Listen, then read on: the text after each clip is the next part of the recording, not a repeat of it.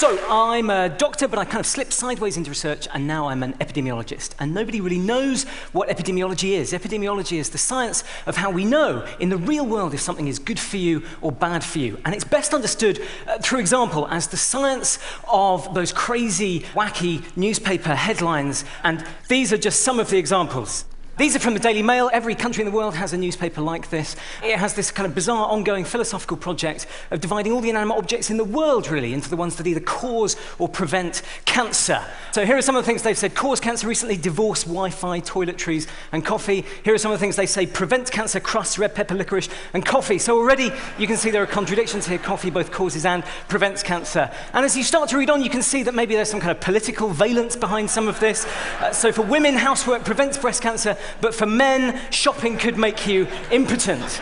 So we know that we need to start unpicking the science behind this. And what I hope to show is that unpicking dodgy claims, unpicking the evidence behind dodgy claims, isn't a kind of nasty carping activity. It's socially useful, but it's also a kind of an extremely valuable explanatory tool, because real science is all about critically appraising the evidence for somebody else's position. That's what happens in academic journals. That's what happens at academic conferences. The Q&A session after a postdoc presents data is often a bloodbath, and nobody minds that. We actively welcome it. It's like a kind of consenting intellectual S&M activity.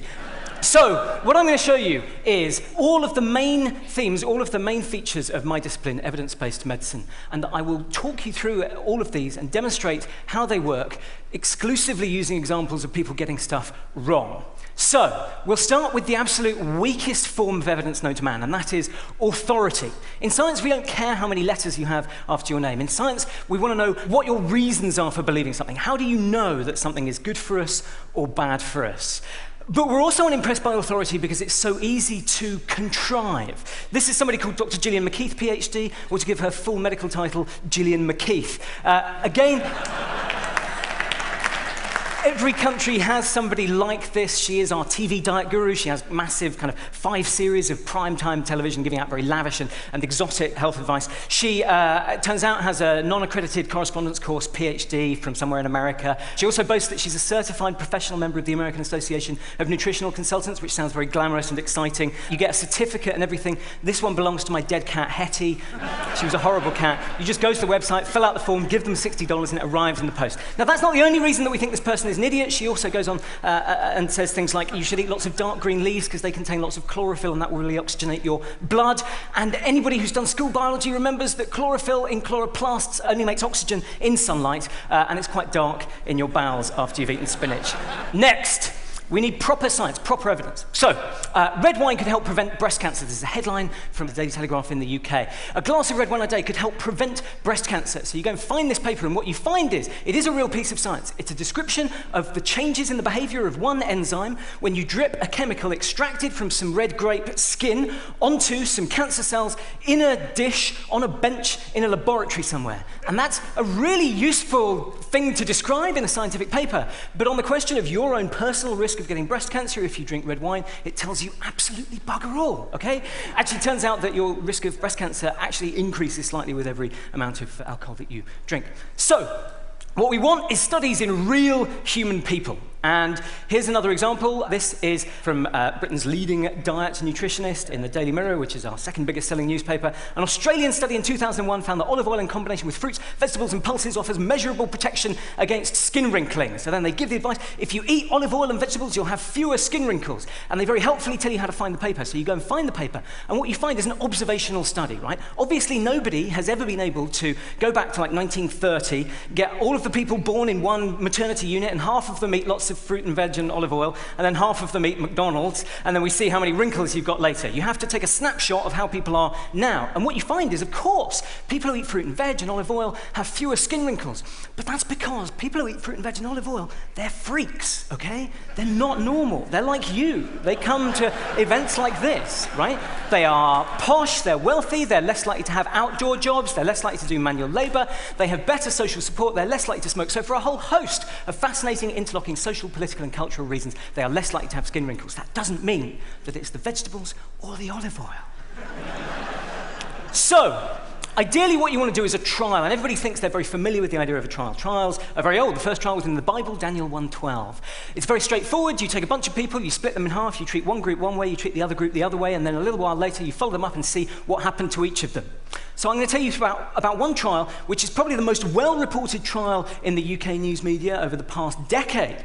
And this is a trial of fish oil pills. And the claim was fish oil pills improve school performance and behavior in mainstream children. And they said, we've done a trial. All the previous trials were positive, and we know this one's going to be too. That should always ring alarm bells, right? Because if you already know the answer to your trial, you shouldn't be doing one. Either you've rigged it by design, or you've got enough data so there's no need to randomize people anymore. So this is what they were going to do in their trial.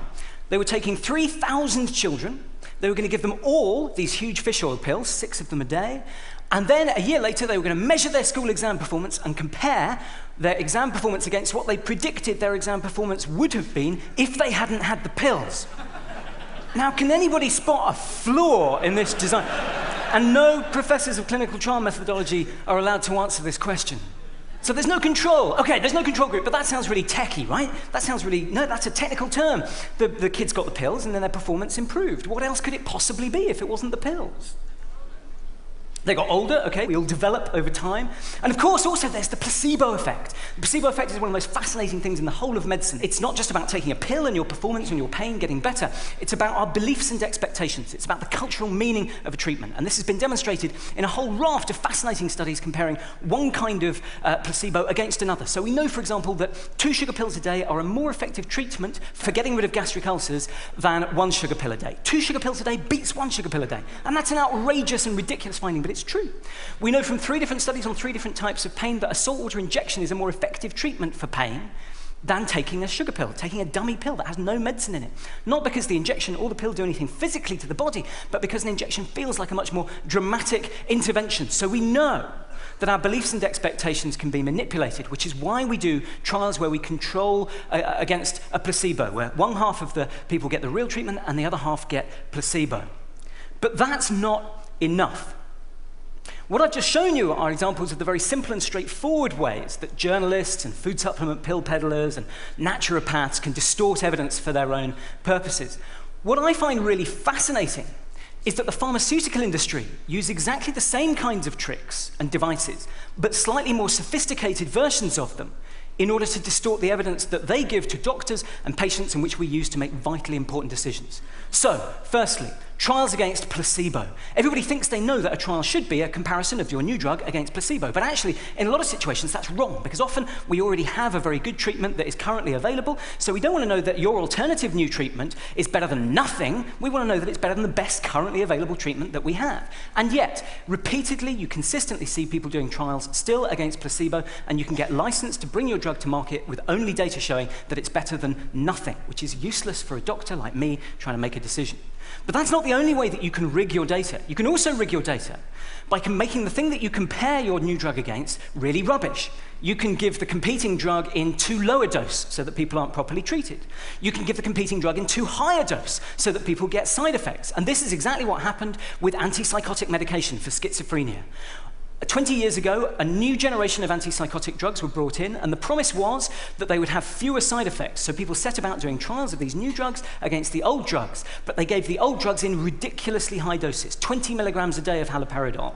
And it's a foregone conclusion if you give a drug at that higher dose that it will have more side effects and that your new drug will look better. 10 years ago, history repeated itself, interestingly, when risperidone, which was the first of the new generation antipsychotic drugs, came off copyright, so anybody could make copies. Everybody wanted to show that their drug was better than risperidone, so you see a bunch of trials comparing new antipsychotic drugs against risperidone at 8 milligrams a day. Again, not an insane dose, not an illegal dose, but very much at the high end of normal, and so you're bound to make your new drug look better.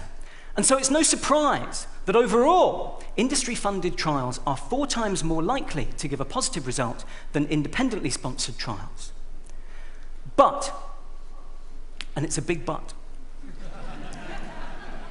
it turns out, when you look at the methods used by industry-funded trials, that they're actually better than independently sponsored trials.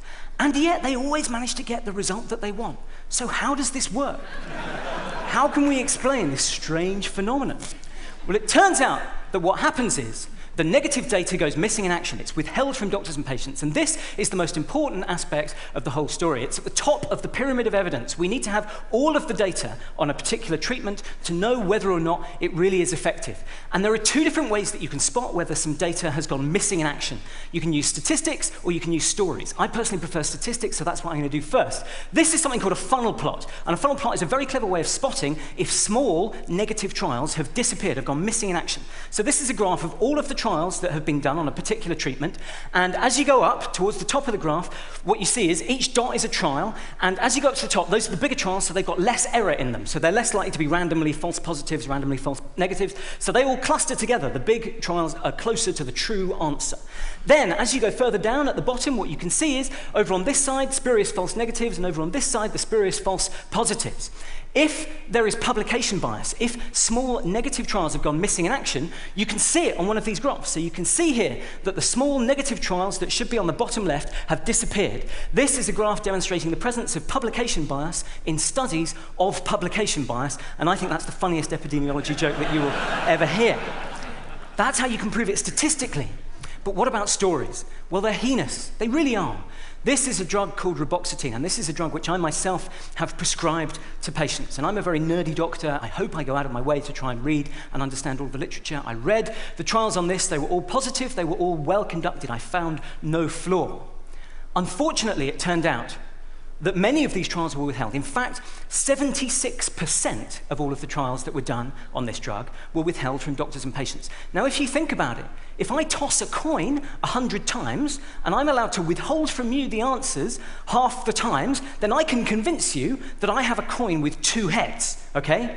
If we remove half of the data, we can never know what the true effect size of these medicines is. And this is not an isolated story. Around half of all of the trial data on antidepressants has been withheld, but it goes way beyond that. The Nordic Cochrane Group were trying to get hold of the data on that to bring it all together. The Cochrane Groups are an international non-profit collaboration that produce systematic reviews of all of the data that has ever been shown, and they need to have access to all of the trial data.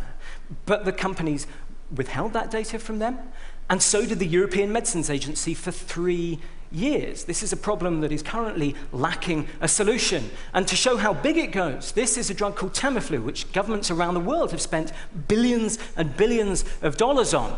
And they spend that money on the promise that this is a drug which will reduce the rate of complications with flu. We already have the data showing that it reduces the duration of your flu by a few hours, but I don't really care about that. Governments don't care about that. I'm very sorry if you have the flu. I know it's horrible, but we're not going to spend billions of dollars trying to reduce the duration of your flu symptoms by half a day. We prescribe these drugs, we stockpile them for emergencies on the understanding they will reduce the number of complications, which means pneumonia and which means death. The Infectious Diseases Cochrane Group, which are based in Italy, have been trying to get the full data in a usable form out of the drug company so that they can make a full decision about whether this drug is effective or not, and they've not been able to get that information. This is undoubtedly the single biggest ethical problem facing medicine today. We cannot make decisions in the absence of all of the information. So it's a little bit difficult from there to spin in some kind of positive conclusion. But I would say this. I think that sunlight is the best disinfectant. All of these things are happening in plain sight, and they're all protected by a kind of force field of tediousness. And I think with all of the problems in science, one of the best things that we can do is to lift up the lid, finger around at the mechanics, and peer in. Thank you very much.